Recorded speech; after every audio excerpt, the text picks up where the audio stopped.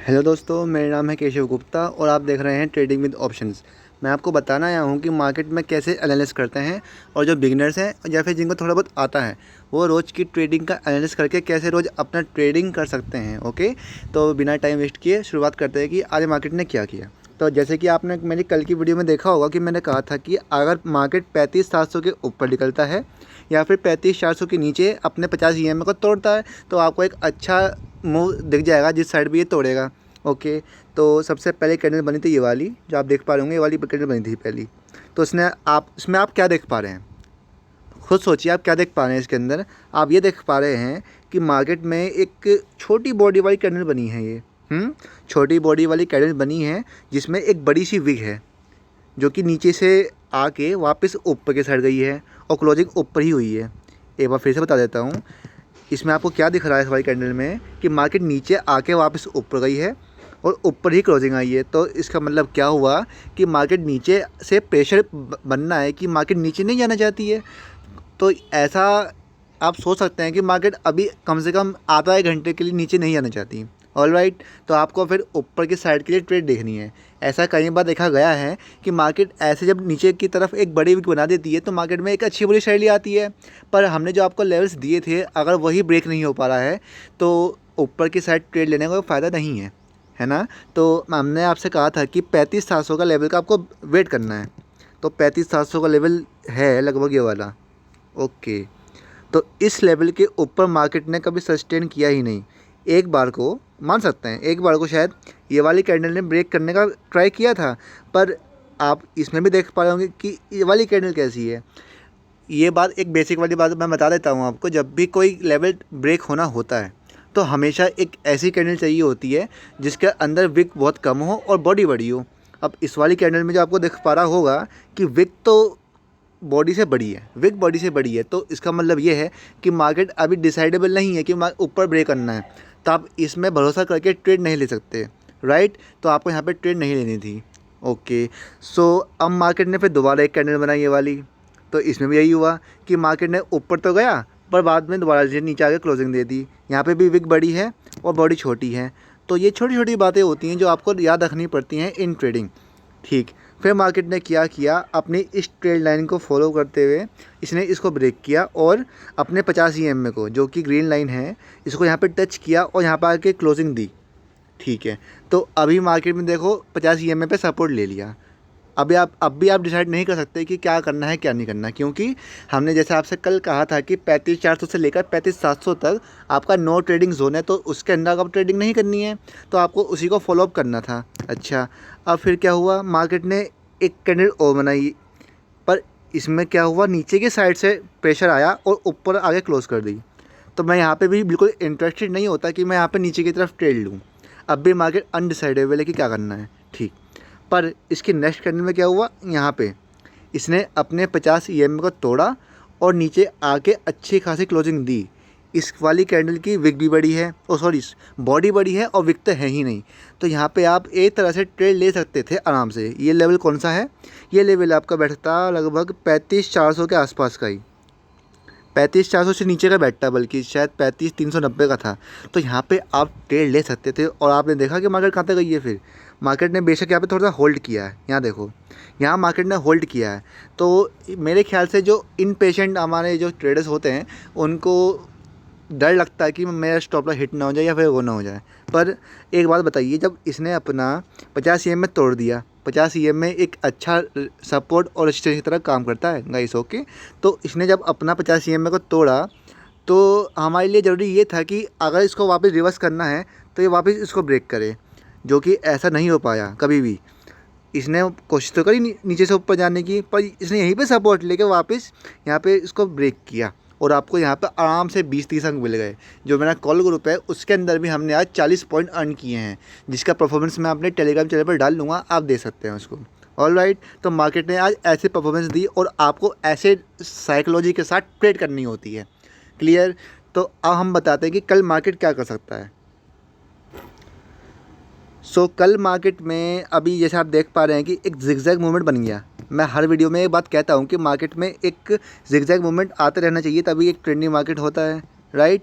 तो जैसे कि आप देख पा रहे हैं यहाँ पे ऐसे गया यूँ गया, फिर यूँ, फिर यूँ, ये ऐसे जिगजैग मूवमेंट बनते रहते हैं।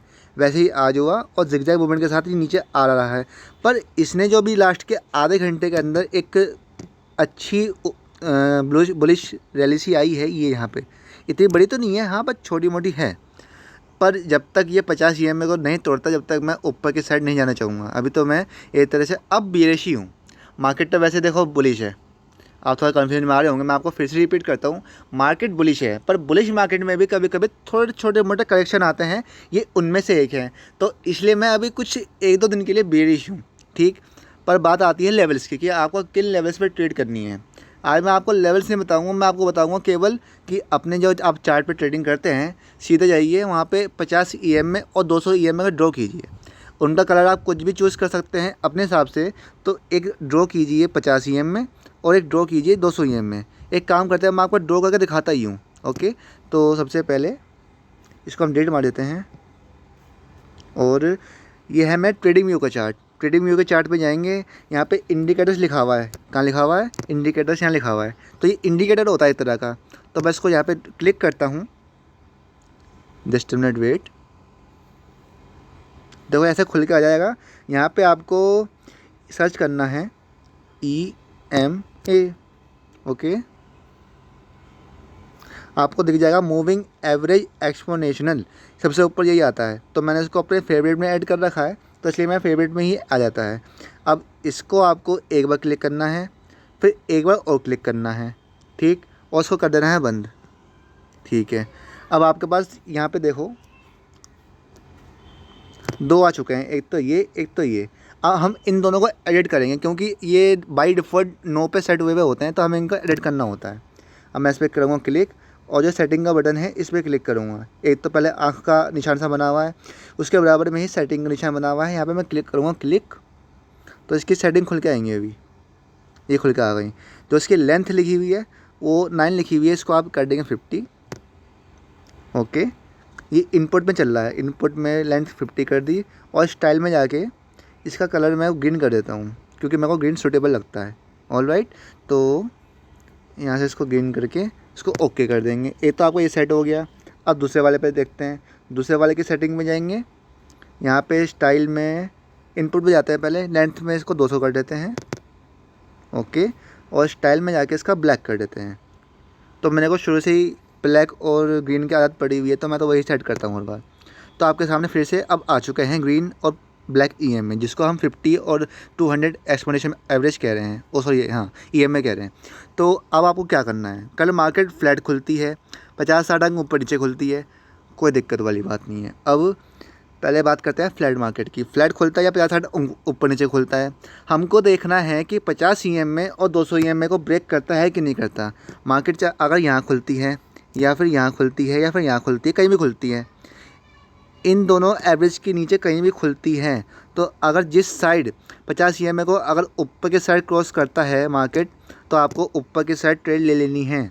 ओके, एक अच्छा आपको अप मूव दिख ही जाएगा। और ऐसे ही मार्केट यहाँ खुले, यहाँ खुले, कहीं भी खुले, 200 EMA को नीचे की तरफ क्रॉस करती है विद स्ट्रॉन्ग कैंडल। ये बात ध्यान रखना हर बार कि जब भी लेवल ब्रेक होना होता है, एक स्ट्रॉन्ग कैंडल बनना जरूरी होता है, जिसकी विक कम हो और उसकी बॉडी बड़ी हो, ठीक। तो इस बात का आपको अच्छी तरह ध्यान रखना है, वरना आपका शायद वहाँ पे स्टॉप लॉस हिट ना हो जाए, फिर आप कहो कि मैं सही से बताता नहीं हूँ। मैं आपको पहले ही वार्निंग दे दी है, पहले स्ट्रॉन्ग कैंडल होनी चाहिए, तभी आपको ट्रेड लेनी है। मैंने आपको बता दिया, 50 EMA को ब्रेक करे ऊपर की साइड तो ऊपर ट्रेड लेनी है, और 200 EMA को नीचे ब्रेक करे तो आपको नीचे की साइड ट्रेड लेनी है। अब सिनेरियो बैठता है ये कि अगर बिग गैप अप और बिग गैप डाउन होता है तब क्या करना है। बिग गैप अप होता है, यहाँ पे खुलता है मार्केट अगर, तो आपको वेट करना है वही 35-700 के लेवल का, ठीक है। मैंने आपको फ्लैट का बता दिया है। अब ये चलिए बिग गैप अप के बाद। बिग गैप अप होता है यहाँ के आसपास, और 35-700 को ऊपर की तरफ क्रॉस करता है विद स्ट्रॉन्ग कैंडल, तो आपको ऊपर की साइड ट्रेड ले लेनी है, क्योंकि वो तो एक अवेटेड लेवल है जिसका हम वेट कर ही रहे हैं, ठीक है। अब ऊपर खुल के नीचे की साइड 50 EMA को क्रॉस करता है, जैसे कि यहाँ पे किया, तो फिर से आपको एक अच्छी शार्प मूवमेंट नीचे की तरफ आ जाएगी, तो आपको नीचे की तरफ ट्रेड ले लेनी है। तो कल का मार्केट बड़ा इंटरेस्टिंग होने वाला है। अब बात करते हैं बिग गैप डाउन की। अगर बिग गैप डाउन 200 EMA के नीचे खुलता है, नीचे तरफ लेवल देखते हैं एक बार। अगर मार्केट में कल 200 EMA के नीचे खुलता है तो ये लगभग 3500 के आसपास खुलेगा। तो आपको फिर 35,000 के लेवल का वेट करना है कि वो 35,000 के लेवल को नीचे की तरफ ब्रेक करे, तो आपको फिर नीचे के साइड 200-300 अंक मिल सकते हैं। तो आप उसके अंदर ऑप्शंस में 20 से 30 अंक ईजिली निकाल सकते हैं, ठीक। और बिग गैप डाउन खुल के वो 200 EMA को ऊपर की तरफ क्रॉस करता है तो आपको 50 EMA तक के लेवल दिख जाएंगे, यहाँ से यहाँ तक के। क्योंकि जब भी ऐसे क्रॉस करता है तो वो अपने दूसरी EMA को टच करने की कोशिश करता है। जैसे कि यहाँ पे हुआ, इसने यहाँ पे ब्रेक किया और इसने अपने नीचे तक लेवल आने की कोशिश की, तो आपको यहाँ पर आराम से 30-40 अंक मिल जाते हैं ऑप्शंस के अंदर। ऑलराइट, तो ऐसे करके ट्रेडिंग सेंस आपका डेवलप होएगा अगर आप मेरे साथ बने रहेंगे तो। और चैनल को सब्सक्राइब करना ना भूलें और मेरे टेलीग्राम चैनल में ज्वाइन कर लें, वहाँ पर आपको ऐसी नॉलेजेबल बातें मिलती रहती हैं। और कोई भी क्वेरी हो आपके पास स्टॉक मार्केट से संबंधित तो आप मेरे को व्हाट्सएप पे भी कांटेक्ट कर सकते हैं। मैं आपको फ्री ऑफ कॉस्ट आपको जो भी मेरे से हो सकता है मैं आपको जानकारी दूंगा और आपकी क्वेरी का सॉल्यूशन आपको दूंगा। यही बात मेरे को और यूट्यूबर से अलग बनाती है। अपना कीमती समय देने के लिए पूरे दिल से धन्यवाद।